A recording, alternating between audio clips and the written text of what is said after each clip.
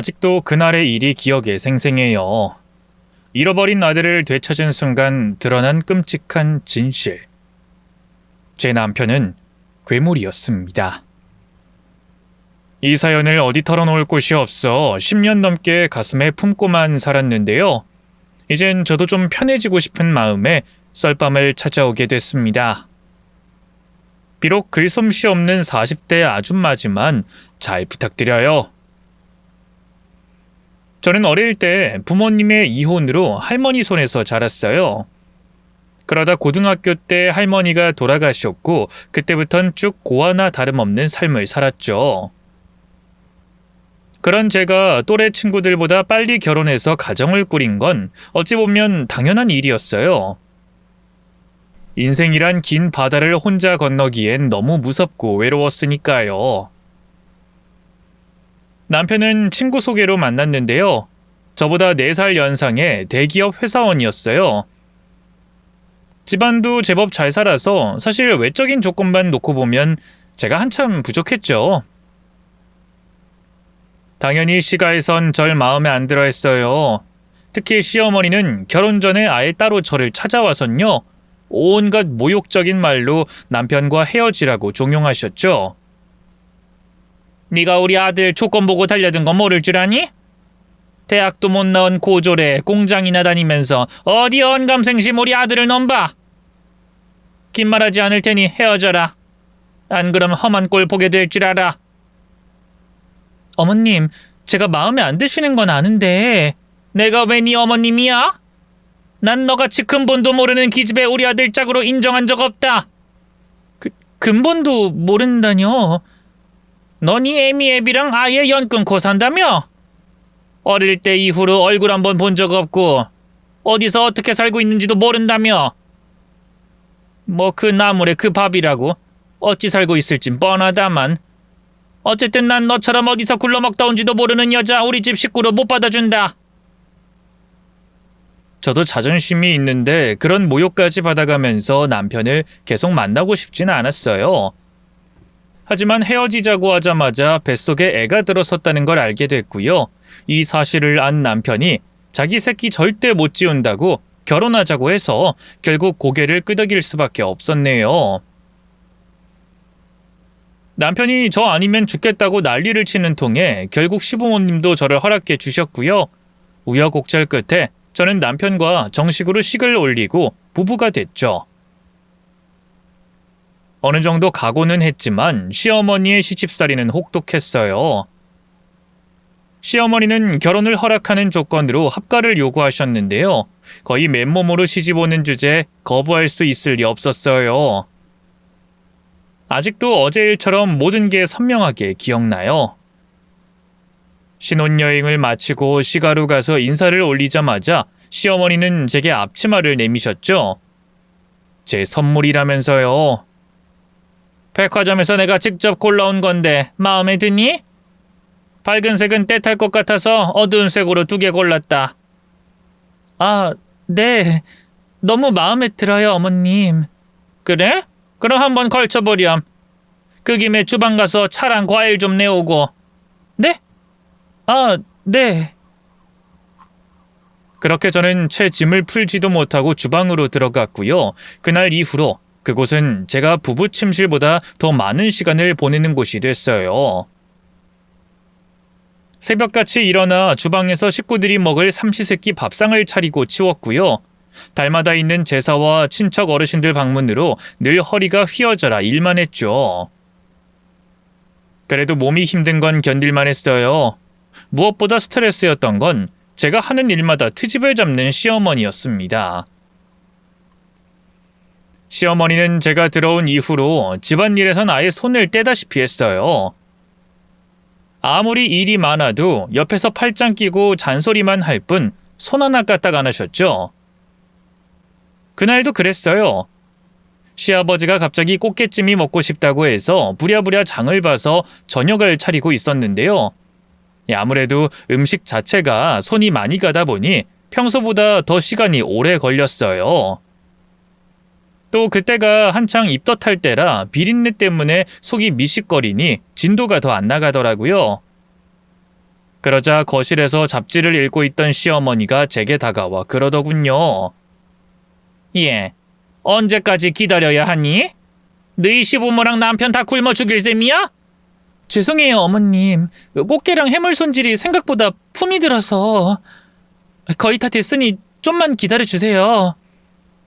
쩔쩔매며 대답했지만 시어머니의 노여움은 가라앉지 않았어요.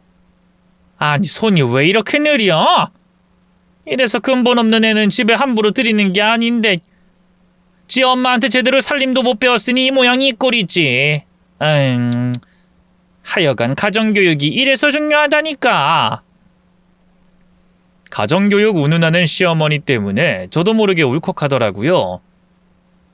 돌아가신 할머니 생각이 났거든요. 솔직히 할머니가 저 엄마 없는 티 안 나게 하겠다고 어려서부터 얼마나 신경 써서 키워주셨는데요. 나중에 자신이 죽고 저 혼자 살 게 걱정된다며 밥 짓는 법이나 빨래하는 법까지 다 손수 알려주신걸요. 그래서 저도 모르게 울컥한 목소리로 말했어요. 어머님, 저 부모님은 안 계셨어도 저희 할머니가 잘 키워주셨어요. 살림하는 법도 어지간한 건 다 배웠고요. 실제로 제가 언제 음식 망치거나 늦게 상 차린 적이 또 있었나요? 오늘은 아버님이 갑자기 꽃게탕 먹고 싶다고 말씀하신 거라 미리 준비를 못해서 그래요. 또 제가 입덧 때문에 속도 안 좋고 그래서 금방 할 테니까 좀만 기다려주세요. 제 대꾸가 되바라졌다고 생각한 걸까요? 시어머니의 눈빛이 바로 매서워졌어요. 아니, 이게 어디서 시애미한테 따박따박 말대꾸야? 그래서 뭐 네가 이렇게 느린 게 너희 시아버지 탓이라는 거야 뭐야? 임신한 너한테 꽃게탕 해달라고 주문한 게 그렇게 고가웠니? 아니요, 제 말은 그런 게 아니라. 아니긴 뭐가 아니야? 시애미 앞에서 시애비 욕이나 하고 잘하는 짓이다. 아주 그깟 꽃게탕 좀 끓이는 게 뭐 그렇게 대수라고 이리 유세를 떨어? 누군 뭐 임신 안 해봤는 줄 아나? 나 젊을 적엔 여자들 애 5-6명씩 낳으면서도 살림이니 밭일이니 다 잘만 했어. 하여간에 요즘 젊은 여자들은 좀만 힘들어도 못하겠다고 난리를 치지.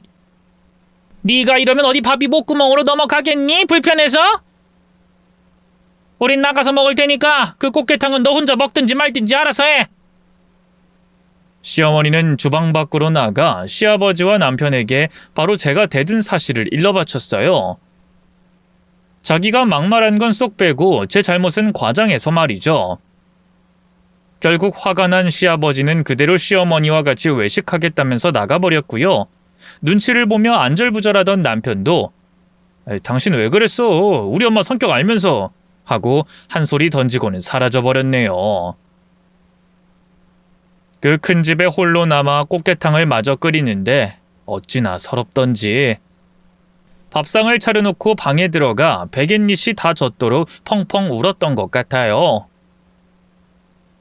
시부모님보다도 남편에 대한 원망이 더 컸죠. 남편은 늘 그런 식이었어요.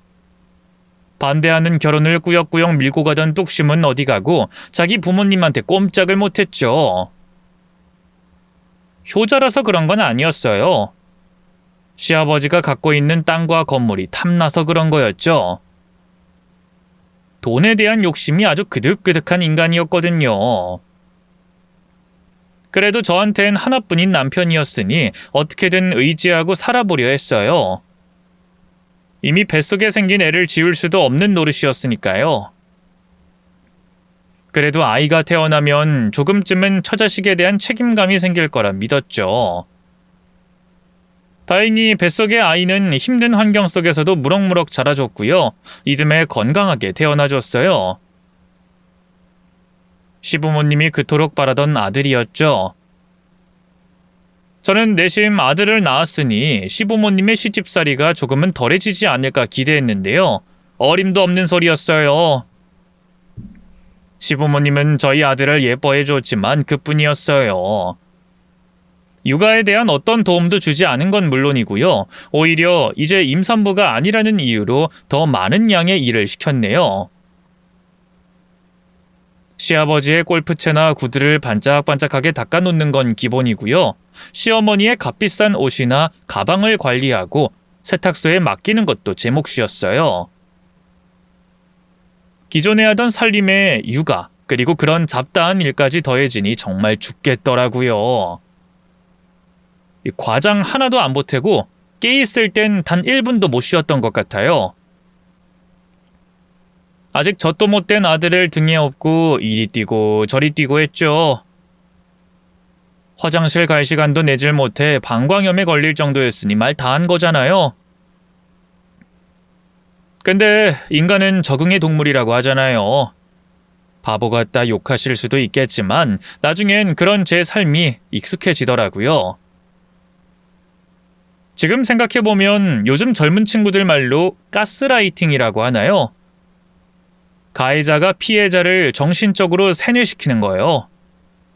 저도 그런 걸 당했던 것 같아요. 하루 종일 시어머니한테 근본도 모르는 쓸모없는 기집애. 넌 우리가 며느리로 걷어준 것만으로도 고마워해야 돼. 알아? 하는 말을 듣고 살다 보니 나중엔 정말 그런 것처럼 여겨지더라고요. 제가 시어머니 말처럼 쓸모없고 남편이 벌어다준 돈을 축내는 기생충 같은 존재로만 느껴졌죠. 그런 제가 정신을 차릴 수 있었던 건 아이러니하게도 또 다른 불행 덕분이었어요. 바로 남편의 외도였죠. 언젠가부터 남편이 조금씩 이상해지기 시작했어요. 워낙 성욕이 센 사람이라 제가 아무리 피곤하고 힘들다고 해도 부부관계는 꼭 하던 사람이었는데요. 아들이 태어난 뒤로는 제 몸에 일절 손을 대질 않더군요. 처음엔 출산한 지 얼마 안 돼서 그런가 보다 하고 넘겼는데요. 정신을 차려보니 반년 넘게 스킨십이 없었더라고요. 처음엔 저도 몸이 안 힘드니 좋았는데요. 나중엔 부부 사이가 이래도 되나? 내가 애 낳고 아줌마 됐다고 여자로 안 보이나? 별의별 생각이 다 들었어요. 그래서 큰맘 먹고 남편한테 먼저 다가가 보기도 했는데요. 그때마다 남편은 절 거부하더군요. 갑자기 왜 이래? 얼른 잠이나 자. 그치만 여보, 우리 준혁이 낳고 너무 오랫동안 아무것도 없었잖아. 당신은 원래 안 그랬는데. 부부 사이가 다 그런 거지 뭐. 백날 첫날 신혼일 수 있겠어? 나 내일도 일찍 나가봐야 돼. 피곤해, 얼른 자자. 매몰차게 돌아눕는 남편을 보면서 얼마나 무안하고 부끄럽던지요. 그 뒤로도 몇 번 더 용기를 내봤지만 그때마다 남편은 차갑게 절 거부했네요. 그런 상황은 아들이 유치원 들어갈 무렵까지 계속됐죠. 자연스럽게 저는 남편의 외도를 의심할 수밖에 없었어요. 하지만 대놓고 추궁한다고 해서 솔직하게 말할 사람이 어딨나요? 그래서 낌새를 살피며 몰래 핸드폰을 뒤져보기도 했는데요. 뭐 이렇다 할 만한 건 딱히 없더라고요. 그래서 정말 일이 바쁘고 힘들어서 그런가 보다 하고 넘어갔죠. 그런데 웬걸, 하루는 남편 양복을 드라이 맡기기 전 주머니를 확인해봤는데요. 글쎄 그 안에서 여자 립스틱이 똑 굴러 떨어지지 않겠어요? 딱 봐도 비싼 고급 브랜드 제품이었고요. 반쯤 사용한 상태였어요. 저는 덜덜 떨리는 손으로 그걸 챙겨뒀다가 남편이 오자마자 따져 물었죠. 당신 이거 뭐야? 양복 주머니에 이런 게 있던데. 남편은 당황한 기색도 잠시, 이내 천연덕스럽게 딱 잡아떼더군요. 그게 뭔데? 난 처음 보는 건데? 당신 거 아니야? 내가 이런 비싼 립스틱을 쓰는 걸 봤어? 어머님 눈치 보여서 화장도 제대로 못하는데? 그럼 우리 엄마 건가 보지. 내가 알기론 어머님 이런 색깔 립스틱 없어. 색깔이 누가 봐도 요즘 젊은 여자애들이 쓰는 거잖아. 당신 똑바로 말해. 이거 누구 거야? 어? 제 계속된 추궁에 방귀 낀 놈이 성낸다고 남편은 결국 버럭 화를 내기 시작했어요. 모른다니까. 당신 내가 벌어다주는 돈으로 편하게 집에서 놀고 먹으니까 아주 시간이 남아 돌지? 남편 쥐잡듯 잡을 생각이나 하고 말이야. 쥐잡듯 잡는 게 아니라 당신 양복에서 여자 립스틱이 나와서 물어보는 거잖아. 그리고 집에서 편하게 놀고 먹는다니 당신 무슨 말을 그렇게 해? 내가 잠잘 시간도 줄여가면서 준혁이 보랴, 밥 차리랴, 어머님 아버님 뒤치다거리 하랴 힘든 거 뻔히 알면서. 전업주부가 힘들어 봤자지. 당신이 밖에서 돈 버는 가장의 무게를 알기는 해? 이런 쓰잘데기 없는 걸로 사람 피곤하게 할 거면 앞으로 나한테 말 걸지 마. 알았어? 그 사건 이후 남편과 제 사이는 걷잡을 수 없이 악화됐어요. 저를 노예처럼 부려먹는 주제에 미안한 마음은커녕 고마워하지도 않는 남편에게 정이 다 떨어져 버렸죠. 남편이 하도 딱 잡아떼길래 바람도 긴가민가 했는데요. 나중에 남편 차에서 여자 귀걸이도 하나 발견하게 되면서 외도를 확신했죠. 그때도 남편은 회사 동료 거라고 딱 잡아뗐는데요. 나중에 그 상간녀와 점점 사이가 깊어졌나 보죠. 아예 대놓고 밤늦게 오거나 외박을 하는 등 점점 티를 내기 시작했어요.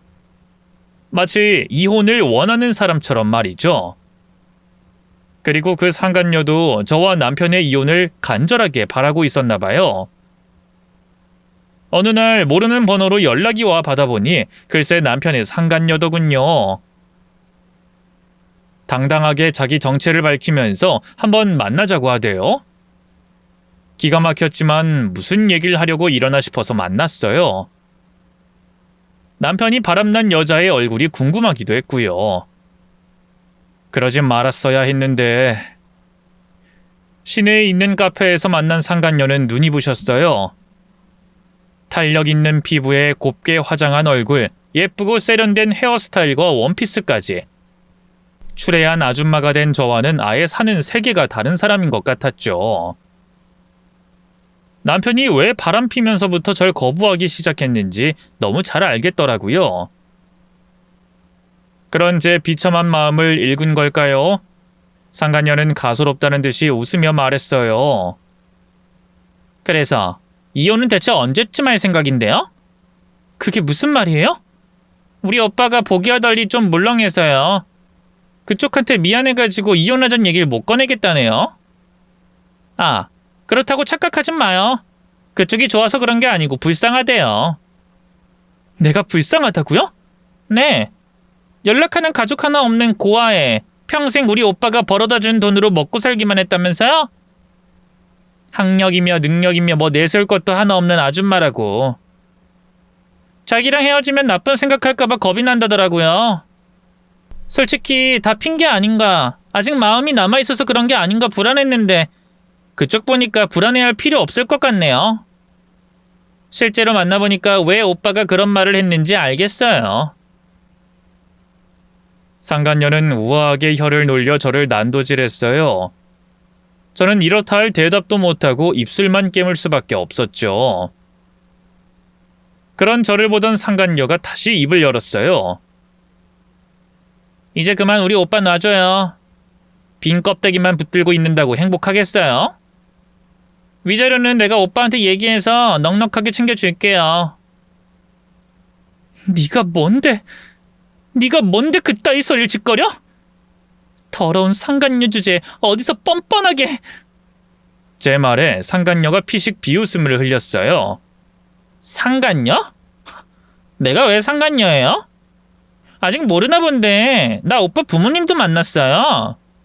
이미 결혼 허락까지 다 받아둔 상태라고요. 생각지도 못한 말에 절로 입이 벌어졌어요. 그게 무슨...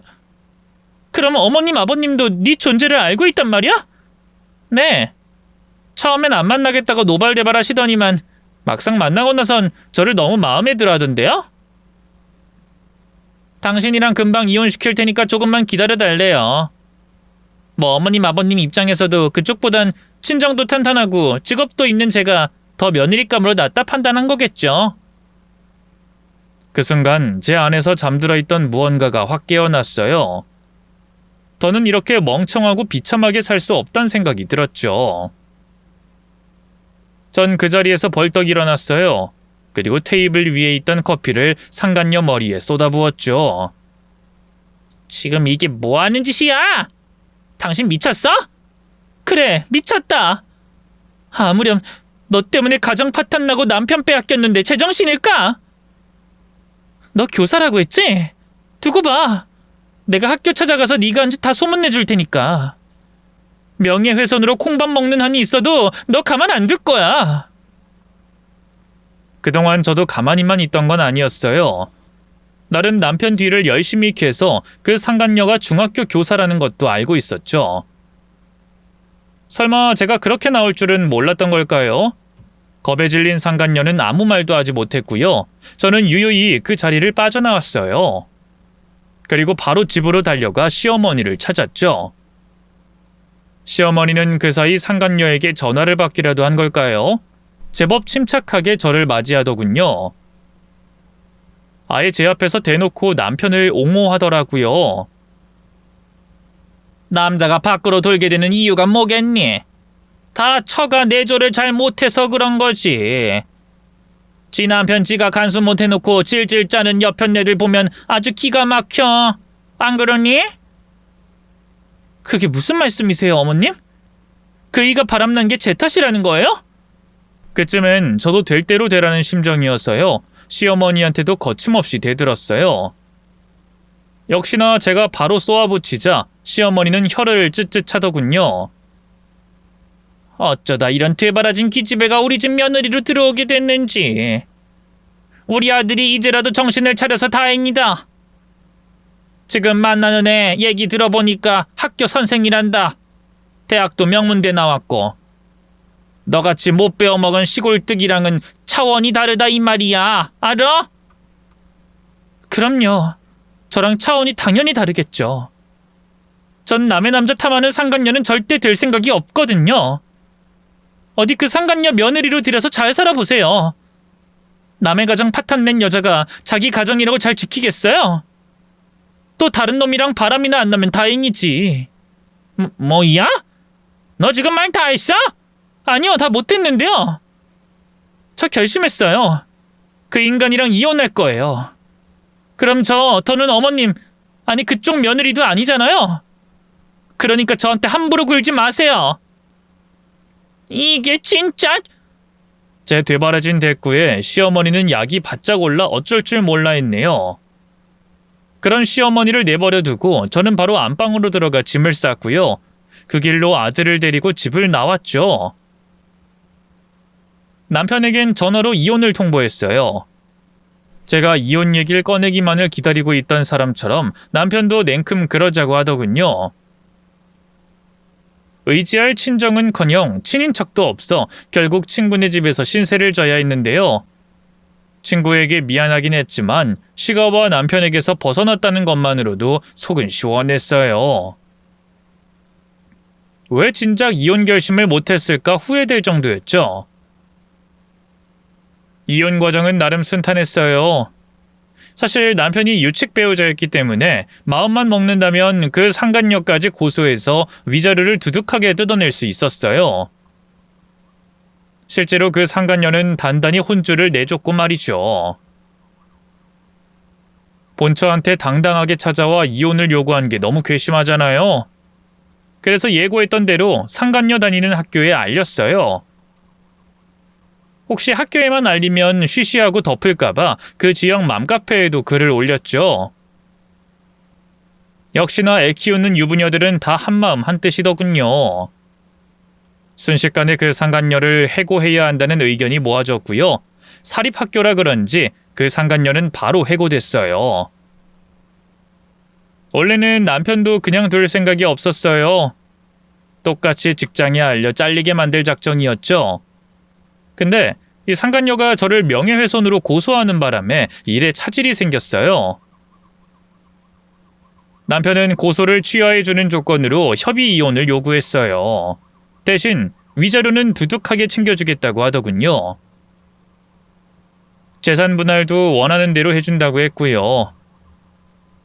자기 재산은 거의 없고 대부분 시부모님 재산으로 먹고 살고 있었으니 그런 제안을 한 거였겠죠. 하지만 제게도 그리 나쁜 제안처럼 느껴지지 않았어요. 그간 남편과 시부모님 때문에 너무 지쳤던 탓일까요? 그냥 빨리 이혼하고 자유로워지고 싶었어요. 명예훼손을 고소당한 게 발목을 잡기도 했고요. 결국 저는 남편의 뜻에 따라 협의 이혼을 하기로 했고요. 그 상간녀도 고소를 취하했네요. 그렇게 저를 괴롭히던 매듭이 모두 순탄하게 풀리는가 했는데 얼마 안가 예상치 못한 난관이 생겼어요. 그건 바로 저희 아들 양육권 문제였죠. 저는 당연히 남편이 아들 양육권도 제게 넘길 거라고 생각했어요. 육아를 돕기는커녕 애 한 번 따뜻하게 안아준 적이 없는 사람이었으니까요. 하지만 남편은 이혼해도 아이는 자기가 키우겠다고 고집했어요. 알고 보니 시부모님이 저희 아들을 하나뿐인 장손이라면서 절대 넘겨주면 안 된다고 입김을 넣었더군요. 고작 그런 이유로 양육권을 못 준다는 게 말이 돼? 애는 엄마가 키워야지. 애는 뭐 땅 파서 키워? 돈이 있어야 제대로 키울 거 아니야. 나한테 받아갈 돈으로는 집 한 채 사지도 못할 거면서 어떻게 애를 키우게? 그건 당신이 신경 쓸 문제가 아니지. 나도 이제 돈 벌 거야. 여기저기 이력서도 넣어둔 상태라고. 그럼 그건 그거대로 문제지. 일하면서 애를 어떻게 돌볼 건데? 당신이 뭐 애 대신 봐줄 친정 부모님이 있는 것도 아니고. 양육권 문제에 있어선 남편도 결코 물러나지 않았어요. 결국 저는 변호사를 고용했고요. 법정에서 남편과 맞서야 했죠. 아들의 양육권을 놓고 싸우는 과정은 정말 힘들었어요. 저는 혼인 파탄의 책임이 남편에게 있으니 양육권은 당연히 제가 가져올 거라 믿었는데요. 웬걸 법원의 판단은 달랐습니다. 몰랐는데 양육권의 경우 부부의 입장과는 관계없이 미성년 자녀의 복리가 우선이고 그렇기에 판결 요소에 배우자의 부정행위는 고려되지 않는다고 하더군요. 뭔 놈의 법이 그따위인지 정말 기가 막히더라고요. 그래도 아들이 남편보다는 저와 살고 싶어 했기 때문에 희망을 버리지 않았는데요. 법원에선 끝내 남편의 손을 들어줬습니다. 제가 남편에 비해 경제력이 없다는 점이 제일 컸고요. 또 할머니나 할아버지같이 보조 양육자가 없다는 점도 패착이 됐네요. 판결이 나온 뒤 저는 절망감에 휩싸였어요. 남편이 바람을 핀 걸 알았을 때보다 더 고통스러웠죠. 그도 그럴 게 아들은 제 하나 남은 유일한 가족이었으니까요. 저는 판사님에게 제가 더 잘 돌볼 수 있어요. 제발 우리 준영이마저 저에게 뺏어가지 마세요. 하고 애원했는데요. 하지만 끝내 법원의 결정을 바꿀 수는 없었습니다. 이혼 후 저는 거의 폐인처럼 살았어요. 간신히 구한 고시원 방에 틀어박혀 일하는 시간을 제외하곤 하루 종일 누워만 있었죠. 아들을 만날 수도 없었어요. 남편이 저와 약속했던 면접 교섭권을 지키지 않았거든요. 제가 정당한 권리라고 아들을 보여달라는 연락을 해도 무시하기 일쑤였죠. 누가 안 만나게 해준대? 근데 지금은 안 돼. 준혁이가 이제야 예진이를 따르기 시작했는데 당신 만나면 더 혼란스러울 거 아니야. 예진이란 다름 아닌 남편과 바람난 그 상간녀였어요. 이혼하자마자 당당하게 저희 아들에게 상간녀를 소개했다는 말을 들으니 울분이 치솟더군요. 그 어린 게 뭘 한다고 상간녀를 만나게? 설마 새엄마니까 앞으로 엄마라고 부르라고 시킨 건 아니지? 그걸 당신이 알아서 뭐하게? 어쨌든 당분간 연락하지 마. 그 전화를 끝으로 남편은 더 이상 제 연락을 받지 않았어요. 무작정 남편 회사나 시가 앞으로 찾아가 보기도 했지만 만나주지도 않더군요. 그 사이 아들은 유치원을 졸업하고 초등학교에 들어가게 됐는데요. 어디 학교를 다니는지 알 길이 없으니 찾아갈 수도 없었어요. 아들을 만날 수 있는 창구가 완전히 사라져버린 거였죠. 이혼할 때 남편 모르게 아들에게 핸드폰을 사줬었는데 아들이 그걸 잊어버린 건지 어쩐 건지 전화기는 늘 꺼져 있기만 하더군요. 정말 미칠 것 같았어요. 아들이 눈에 밟혀 잠도 오지 않을 정도였죠. 결국 저는 다시 변호사를 찾아갈 수밖에 없었는데요. 변호사는 법원의 얘기에 면접교섭권 이행명령을 내릴 순 있는데 상대방이 그것마저 거부하면 현실적으로 쉽지 않다 하더군요. 거부하면 과태료 같은 처벌이 내려지기도 하는데요. 사실 그것도 시간이 오래 걸리고 안 내겠다고 버팅기면 방법이 없는 거라. 그럼 전 이대로 손 놓고 있을 수밖에 없다는 건가요? 준혁이 친엄마는 저예요. 엄마가 자기 아들 얼굴도 못 본다는 게 말이 되나요? 진정하세요. 일단 법원의 면접교섭권 이행명령 요청은 해보겠습니다. 변호사와 상담 후 그렇게 속절없이 기다리기만 하던 어느 날이었어요. 그쯤 저는 식당에서 주방 보조 일을 하고 있었는데요. 시내에 있는 꽤 인기 있는 맛집이라서 식사 시간대엔 눈코 뗄 새 없이 바빴어요. 그날도 점심시간에 엉덩이 한번 붙일 틈 없이 죽어라 일만 했는데요. 쉬는 시간에 핸드폰을 보니 전남편에게서 전화가 와 있더라고요. 이혼 후 전남편이 먼저 연락을 해온 건 처음이었어요. 혹시 아들에게 무슨 일이 생긴 건가 싶어서 바로 전화를 걸었는데요. 남편이 당황스러운 목소리로 전화를 받더니만 너무나 충격적인 얘기를 하더군요. 준혁이 혹시 당신하고 있어? 그게 무슨 말이야? 준혁이가 나랑 있다니. 당신하고 있는 거 아니라는 거지? 당연하지. 준혁이 얼굴도 못 보게 했으면서 무슨... 왜 그래? 준혁이한테 무슨 일 있어? 그게 실은... 준혁이가 없어졌어. 분명 잠자리에 드는 것까지 확인했는데 다음날 우리 엄마가 깨워서 학교 보내려고 보니까 없었대. 그 말을 듣는데 하늘이 무너지는 기분이었어요. 저도 모르게 남편에게 버럭 고함을 질렀죠. 그게 지금 말이 돼? 그 어린 게 혼자 어딜 갔다고? 집안 전부 다 뒤져본 거 확실해? 학교에도 연락해봤고? 당연하지. 내가 바본 줄 알아. 집안에도 없고 혹시 몰라 근처 놀이터며 길가며 샅샅이 뒤져봤는데 없어. 학교에도 안 왔다고 하고. 경찰에 신고는 했어? 아직 안 했는데 신고부터 해. 나도 경찰서로 지금 갈 테니까. 저는 일하던 식당에 사정을 설명하고 바로 경찰서로 달려갔어요. 먼저 도착한 남편이 경찰들에게 자초지종을 설명하고 있더군요. 다행히 경찰들은 바로 수색대를 꾸려 저희 아들을 찾는 데 적극적으로 협조해줬어요. 저는 저대로 아들과 평소 다니던 마트나 놀이터 같은 곳을 돌아다니며 아들을 찾았죠. 아이를 잃어버려 본 분들은 아실 거예요. 어디 두 다리 쭉 뻗고 잠이나 잘 수 있나요? 밥도 입에 안 넘어가서 물만 간신히 먹고요. 온 동네를 다 돌아다니며 해가 질 때까지 아들을 찾아 헤맸죠. 하지만 아들은 그 어디에도 없었어요. 혹시 유괴는 아닐까? 아니면 그 어린 게 독한 마음 먹고 가출이라도 한 걸까? 별의별 생각이 다 들더군요. 이혼 때문에 상처받고 혼란스러워하던 아들을 왜 좀 더 다독여주고 품어주지 못했는지 너무 후회가 되더라고요. 후회만큼 사람을 미치게 하는 감정도 또 없을 거예요. 저는 잠도 제대로 못 자고 거의 굶다시피 하면서 아들만 찾아다녔어요. 하늘이 보기에도 그런 제가 가여웠던 걸까요? 사흘 만에 경찰서에서 연락이 왔어요. 아들이 옆 지역 주택가에서 주민의 신고로 발견됐다고 하더군요. 그 길로 경찰서로 달려갔어요. 정말로 벽면에 난 의자에 저희 아들이 앉아있더군요. 담요를 두른 얼굴이 시체처럼 창백했죠. 어디 그뿐인가요? 눈밑이 새카맸고요. 입가엔 작은 피딱지까지 앉아있었어요. 저를 먼저 발견한 경찰이 난감한 표정으로 입을 열더군요. 이거 무슨 일이 있던 건지 한마디도 말을 안 합니다.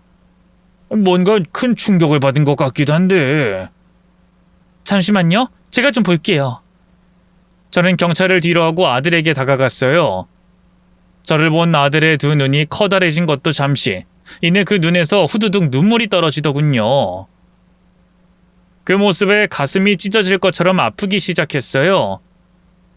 준혁아, 너 대체 어디 있었던 거야? 꼴은 이게 대체 뭐고? 누가 너 납치해서 가둬놓고 때린 거야? 그래? 엄마. 아들은 별다른 말도 못하고 제품에 안겨 울기만 했어요. 저도 그런 아들을 끌어안고 한참을 울었더랬죠. 그렇게 얼마나 시간이 흘렀을까요? 갑자기 아들이 제 귀에다 대고 그러더군요. 엄마, 저 아빠의 비밀 알고 있어요. 뭐? 그게 무슨 말이야? 아빠의 비밀이라니. 아빠가... 아들은 잔뜩 겁에 질려 도무지 입을 열지 못했어요. 침착하게 그런 아들을 다독였죠. 괜찮아. 엄마한텐 다 얘기도 돼. 여기 힘센 경찰 아저씨들도 많으니까 무서워하지 말고. 그러니까 아빠가 나쁜 짓을 했어요. 어? 나쁜 짓이라니. 뜬금없는 아이의 말에 어안이 벙벙해진 것도 잠시였어요. 이내 아들의 입에서 너무나 충격적인 진실이 튀어나왔죠. 아빠가 새엄마랑 얘기하는 거 다 들었는데 회사 돈을 훔친 것 같아요. 막 새엄마한테 같이 미국 가서 살자고 이제 부자 됐다고 했어요. 근데 새엄마가 난 안 데려갈 거라고. 그래서 내가 아빠가 회사 돈 훔친 거 다 안다고 그거 나쁜 짓이니까 경찰 아저씨한테 다 말할 거라고 했더니 아빠가... 아들은 끝내 말을 잇지 못하고 다시 엉엉 울기 시작했어요. 옆에서 아들의 말을 같이 듣고 있던 경찰들의 표정도 차갑게 굳어졌죠. 그런데 바로 그때였어요. 갑자기 경찰서 문이 벌컥 열리더니 남편이 뛰어들어왔어요. 경찰에 연락을 받고 회사에 있다 바로 온 눈치였죠. 주변을 둘러보던 남편은 아들을 보자마자 달려와 와락 끌어안더군요. 준혁아! 너 이 자식! 그동안 대체 어디 있었던 거야? 아빠가 얼마나 찾았는 줄 알아? 평소라면 기꺼이 남편 품에 안겼을 아들이 주춤주춤 뒤로 물러나더군요. 그리고는 사지를 바들바들 떨기 시작했죠. 아까 아들이 한 말도 그렇고 직감적으로 남편이 아들의 실종과 관련이 있다는 생각이 들었어요. 그래서 아들을 제 등 뒤로 숨기고 남편에게 말했죠. 당신, 준혁이한테 대체 무슨 짓 한 거야? 혹시 당신이 준혁이 일부러 숨긴 거 아니야?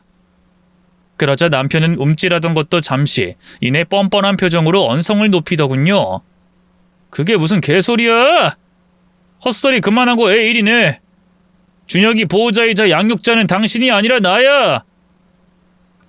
남편의 강압적인 말에도 저는 움직이지 않았어요. 그러자 남편이 이번엔 아들을 향해 소리를 지르더군요.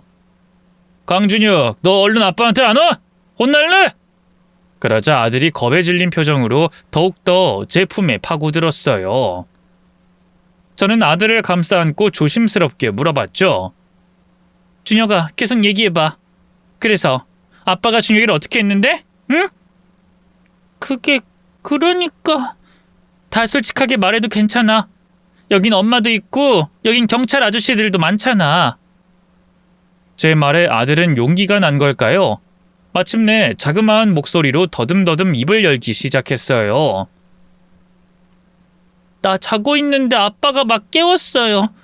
새엄마랑 같이 놀러 갈 거라고. 근데 차 타고 간 데는 놀이동산이 아니었어요. 더럽고 냄새나고 나가고 싶다고 했는데 꺼내주지도 않고 때렸어요. 아빠 나빠요. 뭐? 아빠가 널 때렸다고? 저는 그제야 아들의 윗옷을 끌어올려 몸 여기저기를 살펴봤어요. 입술만 살짝 까진 줄 알았는데 웬걸 온몸이 얼룩덜룩하더군요. 제가 이를 악물고 남편을 노려보자 남편이 당황한 표정으로 다급하게 입을 열었어요. 당신 지금 준혁이가 하는 말을 믿는 거야? 애들 원래 거짓말 잘하는 거 알지? 저 녀석 왜 갑자기 저런 말을 하는지 모르겠네. 새엄마 생기고 이래서 너무 혼란스러워서 그러나? 준혁이가 하는 말이 다 거짓말이라고? 근데 이 몸의 멍은 뭔데? 내가 알아. 준혁이 납치한 놈들이 저렇게 만든 거겠지. 세상에 자기 친아들을 저렇게 때리는 아빠가 어딨어? 증거도 없이 사람 이상한 놈 만들지 마. 아들의 폭로에도 남편은 뻔뻔하게 나왔어요. 어찌나 술술 거짓말을 잘도 늘어놓는지 저도 헷갈리더군요. 아들이 저와 남편의 이혼 그리고 갑작스러운 사흘간의 실종으로 혼란스러운 상태인 건 사실이었으니까요. 어쩌면 자기가 먼저 가출하고 혼날까봐 거짓말하는 게 아닐까 하는 생각이 들더라고요. 그런 제 마음을 읽은 걸까요? 제 품에 안겨 울던 아들이 갑자기 빽 소리를 질렀어요. 거짓말 아니에요. 거짓말하는 건 아빠잖아요. 내가 다 찍었어요. 그러면서 아들이 내민 건 놀랍게도 핸드폰이었어요. 제가 이혼하면서 사줬던 바로 그 전화기였죠. 남편은 핸드폰의 존재를 아예 모르고 있었나 봐요. 얼굴이 사색이 돼선 어쩔 줄을 몰라 하더군요. 그제야 거짓말하는 게 누군지 알겠더군요. 너 이 자식 그건 또 뭐야? 어디서 났어? 너 그거 이리 안 내놔? 남편이 씩씩거리면서 아들에게로 달려들었어요. 그러자 지켜보던 경찰들이 재빨리 달려와 남편을 붙잡았고요. 그 사이 저는 다른 경찰들과 함께 아들의 핸드폰을 확인할 수 있었죠. 동영상 촬영이긴 했지만 뭔가 찍힌 건 없었는데요. 대신 남편과 상간녀가 나누는 대화만큼은 선명하게 녹음돼 있었어요. 여러 개의 파일을 차근차근 들어본 결과는 너무나 충격적이었죠. 남편이 회사 돈을 횡령한 건 사실이었어요. 알고 보니 몇 년 전부터 저 모르게 도박에 푹 빠져 있었고요. 그 때문에 쌓인 빚만 수천만 원이더군요.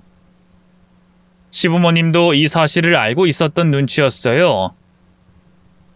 갖고 있던 땅이나 재산을 처분해 몇 번 급한 빚을 막아주셨더라고요.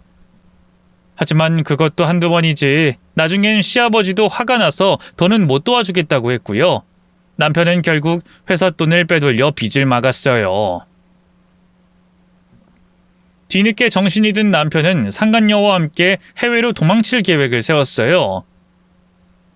기왕 이렇게 된 거 막 나가자 하는 마음으로 회사 돈도 무려 10억을 더 빼돌렸더군요. 참 간도 크죠? 그런데 우연히 남편과 상간녀가 나누는 대화를 듣게 된 아들이 모든 사실을 알아버렸고요. 그때부터는 일이 꼬이기 시작했어요. 아들이 아무리 어려도 초등학교 저학년인데 뭐가 옳고 그른지를 분간하지 못할 만큼 어리석진 않았거든요. 겁이 난 남편은 결국 상간녀와 공모해 아들을 낡은 빌라에 감금시켰고요. 뻔뻔하게도 알리바이를 만들기 위해 스스로 실종 신고를 냈던 거예요. 나중에 경찰이 아들을 어떻게 할 생각이었냐고 추궁하니 해외로 출국하기 전에 없앨 작정이었다고 하더군요. 제가 정말 그러고 싶어서 그런 건 아니고요. 예진이 때문에. 걔가 원래도 준혁이를 마음에 안 들어 했거든요. 계속 화근은 남겨두는 게 아니라고 마음 독하게 먹으라고 옆에서 부채질했어요. 진짜예요. 그 상간녀와 세기의 사랑을 하는 척할 땐 언제고 당장 자기 발등에 불이 떨어지자 남편은 상간녀를 몰아가기 시작했어요. 자기는 어떻게든 빠져나가려고 말이죠. 당연히 얼마 안가 상간녀도 경찰서로 소환됐는데요. 당시 저도 참고인 조사 때문에 함께 있었는데 경찰서로 들어서는 상간녀를 보자마자 얼마나 기가 막혔는지 몰라요. 상간녀의 배는 누가 봐도 임산부의 배였어요. 알고 보니 상간녀는 자기 애가 생긴 뒤로 계속해서 저희 아들을 학대해 왔고요. 저희 아들을 계속 자기가 키워야 한다면 결혼하고 싶지 않다는 말까지 했던 모양이에요. 상간녀를 놓치고 싶지 않았던 시부모님은 언젠가부터 저희 아들을 눈의 가시처럼 여기기 시작했고요. 그건 남편에게도 영향을 미쳤어요. 남편 성격이 뻔해요. 가뜩이나 자기 아들이 짐덩이가 됐는데 자기 횡령 사실을 알고 경찰에 말하겠다고 한다? 열이 잔뜩 받았겠죠. 하지만 아무리 그래도 그렇지 자기 친자식을 해치려고 하다니 그게 사람인가요? 짐승도 안 그럴 거예요. 어쨌든 천만다행으로 아들은 남편과 상간녀가 자리를 비운 틈에 혼자 그 집을 탈출했고요. 모든 진실을 핸드폰에 증거로 녹음하기까지 했어요. 덕분에 수사는 막힘없이 급물살을 탈 수 있었고요. 남편과 상간녀는 도주가 우려된다면서 유치장에 갇혔죠. 모든 죄가 밝혀지고 나자 남편은 뒤늦게 제게 용서를 빌었어요. 여보, 미안해. 정말 미안해. 나도 정말 준혁이를 어떻게 할 생각은 아니었어. 그냥 일단 애 입을 막아야겠다는 생각에. 웃기지 마. 이미 경찰한테 얘기 다 들었으니까. 도대체 무슨 생각으로 뻔뻔하게 애 가두고 자기 손으로 실종 신고까지 한 거야? 그야 진짜로 어떻게 할 생각까지는 없었으니까. 나 해외로 뜨고 나면 그냥 풀어줄 생각이었어. 우리 엄마한테 부탁할 생각이었다고. 진짜야. 정말? 준영이가 경찰에 신고하거나 하다못해 학교 친구들이나 나한테 말할 수도 있었는데. 제 추궁에 남편은 아무 말 못하고 고개를 푹 숙였어요. 그 모습에 너무나 소름이 끼치더군요. 짐승도 자기 새끼는 안 건드려. 즉 넌 짐승보다도 못한 쓰레기라고. 미안해 여보. 근데 나도 어쩔 수가 없었어. 도박빚이 점점 불어나면서 사채업자들이 회사로 찾아오겠다고 하지. 아버진 죽어도 못 도와준다고 하지. 정말 미칠 것 같았다고. 회사 돈에 손을 댔을 때도 나중에 갚으면 될 거라고 생각했어. 근데 준혁이가 그걸 알고 또 경찰한테 말하겠다고 하니까 순간적으로 나도 이성이 마비가 돼서. 내가 대체 무슨 짓을 저지른 건지 나 스스로도 이해가 안 돼. 하지만 절대로 끝까지 갈 생각은 없었어. 진짜야. 남편은 끝까지 저희 아들을 해야 할 생각은 없었다고 주장했어요. 변호사 말로는 조금이라도 형량을 줄이기 위한 얄팍한 술수라고 하더군요. 살인미수죄와 납치죄는 엄연히 죄질이 다르다면서요. 그 얘기를 듣고 나니 남편이 더 혐오스러워지더군요. 그 뒤로 양육권 소송과는 비교도 안 될 만큼 지리하고 힘든 법적 다툼이 시작됐어요. 그 과정에서 남편은 아들에 대한 양육권과 친권이 박탈됐고요. 저는 마침내 드디어 아들을 제 품에 안을 수 있게 됐죠. 그리고 재판을 진행하면서 시부모님이 절 찾아왔어요. 그래도 자기 아들은 아들이라 차마 외면할 수 없었는지 제게 무릎까지 꿇고 선처를 호소하더군요. 어머마, 우리 아들이 그렇게까지 막대 먹은 애는 아니라는 거 잘 알지 않니? 아무렴 자기 새끼를 해하려고 했을까? 그 예진인지 뭔지 아는 여우 같은 기집애가 옆에서 바람을 넣어서 그런 거야. 우리 아들은 아무런 잘못이 없다고. 그러니 제발 좀 봐주렴. 그래도 한때 한 입을 덮고 산 부부였지 않니? 응? 그렇기 때문에 더더욱 못 봐주는 거예요. 그 한 입을 덮고 산 세월이 제겐 너무나 끔찍했거든요. 허구한 날 당신들 수발들랴 삼시세끼 밥 차리랴 얼마나 힘들었는 줄 알아요? 근데도 그 인간은 제게 미안해하지도 고마워하지도 않았어요. 바람을 피우고 이혼하는 그 순간에도 뻔뻔하기 그지없었죠. 그 죗값 다 몰아서 받는 거라 생각하세요. 전 절대 선처해줄 생각 없거든요. 어머마, 내가 다 잘못했다. 그동안 괜히 아들 빼앗긴 것 같은 못난 마음에 너 더 못살게 군 거 나도 인정해. 네가 죽으라고 하면 죽는 신용도 하마. 그러니 제발 우리 아들 한 번만 살려주렴. 일 없으니까 그만 돌아가세요. 자꾸 찾아오면 찾아올수록 당신 아들한테 불리하기만 할 테니까. 제 단호한 대처에 결국 시부모님은 소득 없이 발길을 돌려야만 했어요.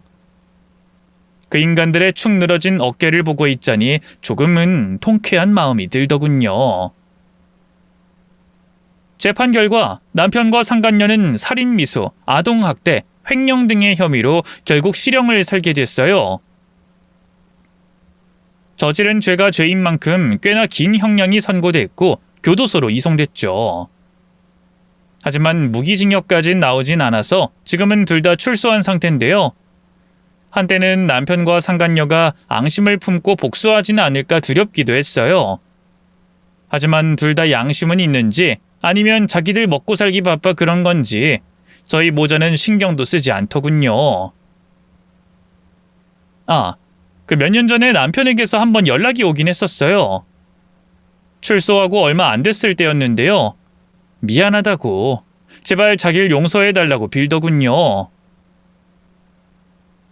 나한테 제일 소중한 건 당신이랑 준혁이 뿐이었는데 내가 멍청하게도 그걸 몰랐어.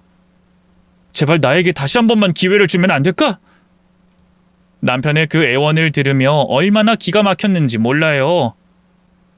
이 인간이 그냥 바람만 피웠다면 또 모르겠어요. 자기의 죄를 덮겠답시고 아들을 해하려고 했던 괴물이면서 참 양심도 없다 싶더군요. 어디서 뻔뻔하게 그런 말을 해? 한 번만 더 이렇게 연락해봐. 그땐 나도 가만 안 있을 거니까. 변호사 선임해서 당신 또 고소할 거야. 알아들어? 또 콩밥 먹고 싶지 않으면 다신 우리 모자 앞에 나타나지 마. 저는 매정하게 전화를 끊었고요. 혹시나 하는 마음에 전화번호를 바꾸고 이사까지 갔어요. 다행히 남편도 그 뒤로는 더는 연락하지 않더군요. 얼마 전에 겹지인을 통해 우연히 남편의 근황을 알게 됐는데요. 그리 잘 살고 있진 못하더라고요. 시부가 풍이 오는 바람에 집안 가세가 완전히 기울어져서요. 있던 재산도 다 팔고 빚만 1억이 넘는다고 하더군요. 시모는 시부 병구안 하랴 식당일 하랴 하루가 다르게 골병 들어가고 있고요. 남편은 자기 부모 고생하는 걸 뻔히 알면서도 집에 틀어박혀 술만 들이키고 있다 하대요. 상간녀는 그 꼴을 보고 진작에 도망쳤고 말이죠. 뭐 그 상간녀도 전과 때문에 그리 잘 살고 있는 것 같진 않더라고요. 당시 뱃속에 있던 애도 결국은 유산했다고 하더군요. 반면 저는 아들과 둘이 잘 살고 있어요. 아들은 그 사건으로 인해 한때 정신과 치료까지 받을 만큼 힘들어했는데요. 다행히 지금은 다 이겨내고 씩씩하게 잘 살고 있어요. 공부도 곧잘해서 이름을 들으면 누구나 알만한 명문대에 들어간 상태고요. 지금은 휴학하고 군대에 있네요. 아들이 부디 군 복무를 무사히 마치고 돌아오길 바랄 뿐입니다. 긴 얘기 들어주셔서 고맙습니다. 모두 건강하세요.